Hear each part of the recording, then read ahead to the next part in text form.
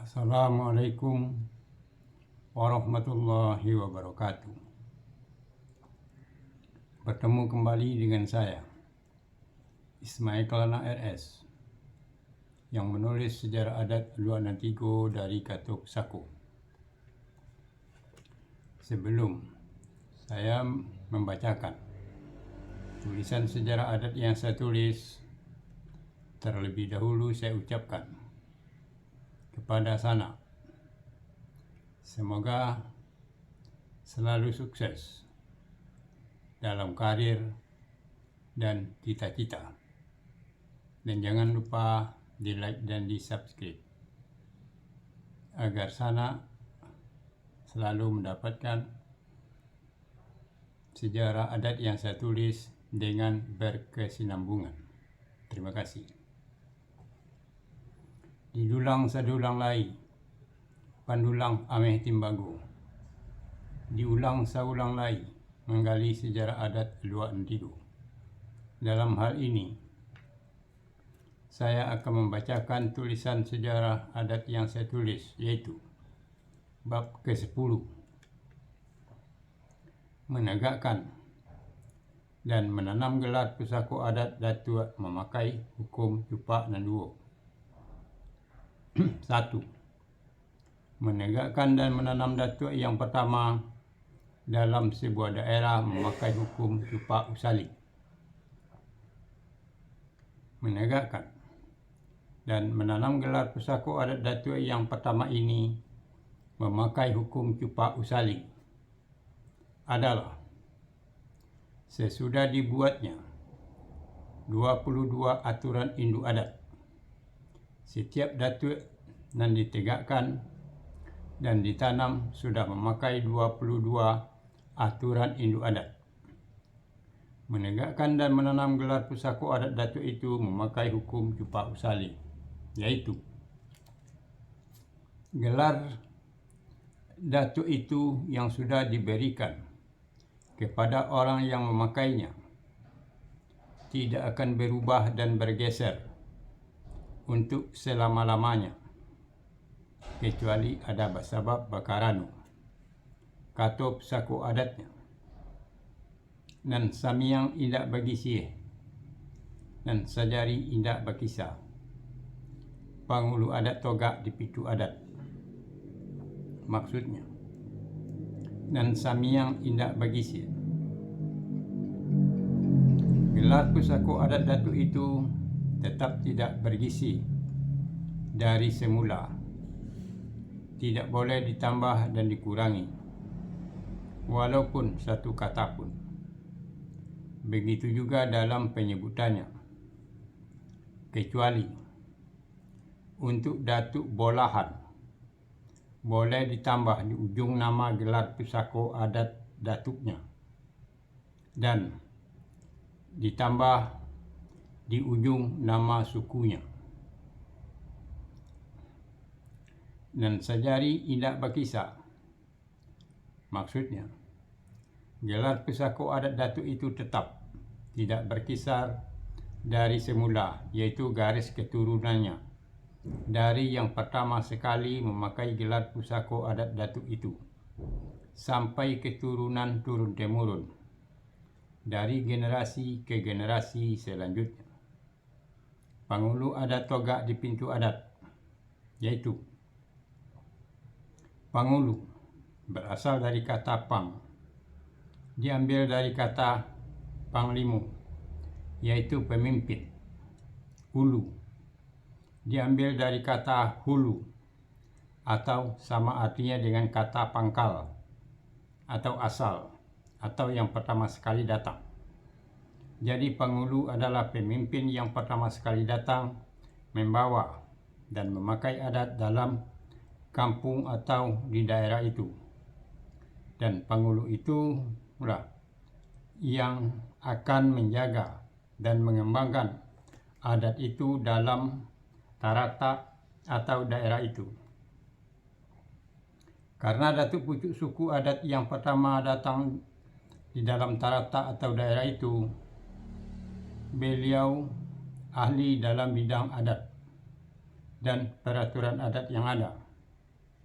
ahli dalam memimpin, anak dan kemenakan, dan orang sekaum yang sepersukuan, dan ahli dalam memimpin para datuk-datuk yang lain, dalam memimpin bersidang dan bermufakat yang menyangkut dan berhubungan dengan adat dan negari di dalam tarata, dusun, koto atau negari itu. Dan ahli pula dalam ilmu bersilat dan ilmu batin. Pada masa itu, semua para datuk atau penghulu ini ahli dan pandai bersilat dan ilmu batin dengan amalannya. Disebabkan daerah Luak Nantigo masih berbentuk hutan dan rimba, gangguan dan ancaman banyak terjadi oleh para penduduk asli maupun para pendatang. Juga gangguan dari binatang-binatang buas yang banyak berkeliaran. Katup saku adatnya. Balaye Banang Kodo, Bajalan Badan Tuo, Maampang sampai ke Subarang, Maminteh sampai ke Hilie, Mancari sampai Dape, Disiko Kusui dan Kasalosai, Disiko Karuh dan Kajoni, Disiko Gantiang dan Kaputui, Disiko Biang dan Katombu, bisa memulai, bisa menyudahi. Begitu juga dengan para datuk-datuk yang lain yang sudah diberikan gelar pusako adat. Disebut juga penghulu adat sebagai pemimpin bagi anak kemenakan dan orang sekaum sesukunya, serta orang dalam kampung, koto atau negari. Datuk atau penghulu yang pertama datang di tarata itulah yang menambah datuk-datuk yang lain dalam persukuannya, yaitu Datuk Monti Adat atau penghulu adat yang ahli dalam bidang pemikiran disebut juga orang Caji Candokio. Datuk Malin Adat atau penghulu adat yang ahli dalam bidang kerohanian dan kepercayaan keagamaan disebut juga orang Suluh Bendang. Sesudah menjadi 3 orang datuk dalam sepersukuan, ketiga orang datuk itu disebut dengan Datuk Tunku Nantigo Sajarangan. Kemudian, sesudah dusun itu menjadi koto atau negari, ditambah 1 orang datuk lagi, yaitu Datuk Dubalang Adat atau penghulu adat yang ahli dalam bidang bersilat dan ilmu batin dengan amalannya untuk menjaga keamanan anak kemenakan dan orang sekaum sepersukuan, serta menjaga keamanan daerah atau koto negari itu dari berbagai gangguan. Disebut juga orang Bagak tiado tandiang, Pasile tiado bandiang. Sesudah menjadi 4 orang datuk dalam satu persukuan, 4 orang datuk itu disebut Datuk dan Ampek Jini atau penghulu adat yang 4 orang. Begitu juga dengan datuk pucuk suku yang lain yang datang ke daerah itu. Kemudian, datuk pucuk suku yang datang kemudian akan membuat juga atau menambah juga datuk-datuk dalam sepersukuannya. Pertama membuat Datuk Tunku Nantigo Sajarangan. Kedua membuat Datuk dan Ampek Jini. Begitu seterusnya. Sampai di dalam satu koto atau negari itu terdapat 3 atau 4 buah nama suku yang berbeda dan dengan nama datuk yang berbeda pula. Sesudah terdapat 3 atau 4 buah nama suku dan nama datuk yang berbeda dalam satu koto atau negari, diangkat atau ditunjuklah datuk pucuk adat dalam kota atau negara itu, yaitu datuk pucuk suku adat yang pertama sekali datang ke daerah itu untuk memimpin para datuk-datuk pucuk suku adat dan para datuk-datuk yang lain atau datuk dan jinie yang lain dalam setiap perundingan dan permufakatan yang menyangkut soal adat dan perkembangan daerah kota atau negara itu, atau bisa juga melalui kesepakatan antara para datuk-datuk itu yang menunjuk salah satu dari para datuk itu sebagai pucuk adat, menegakkan dan menanam gelar pusaku adat datuknya dengan kata pusaku. Kata pusaku adatnya, gajah datang jo gadiang, ruso datang jo tanduan.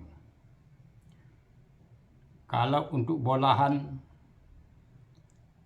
kata pusaku adat jadi tambah, bangau tabang jo putihnya, gagak tabang jo hitamnya.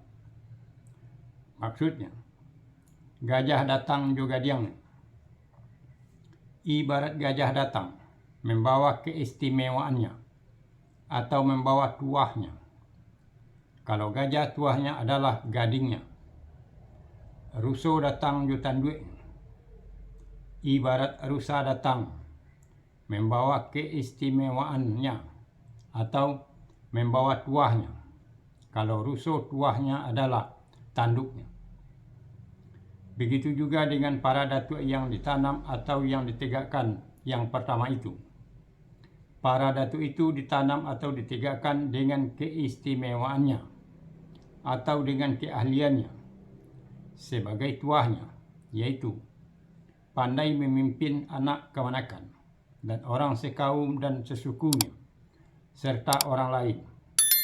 Arif bijaksana, tahu di adat yang sudah dibuat, dan banyak lagi yang sudah tercermin dalam syarat-syarat seorang datuk dan diuraikan dalam pakaian datuk, yaitu deta bakata bekain hitam, baju hitam taluet balango godang longan, sarawa hitam galembong tapa iti ketek kaki, kain sarung baragi coklat baati ayam, kain basahan, kain karih pusaku adat datuk tangah 3 patah, tungkek pusaku adat datuk pucuk adat bosi jinawi.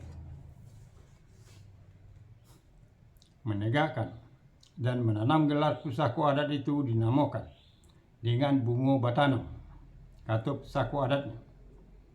Bungo ditanam pucuk adat, bungo dikambang pucuk suku. Pucuk menyulai cupak nandu, babungo rimbun de adat, bauri mencakam kalimbago, babuah kato nambana.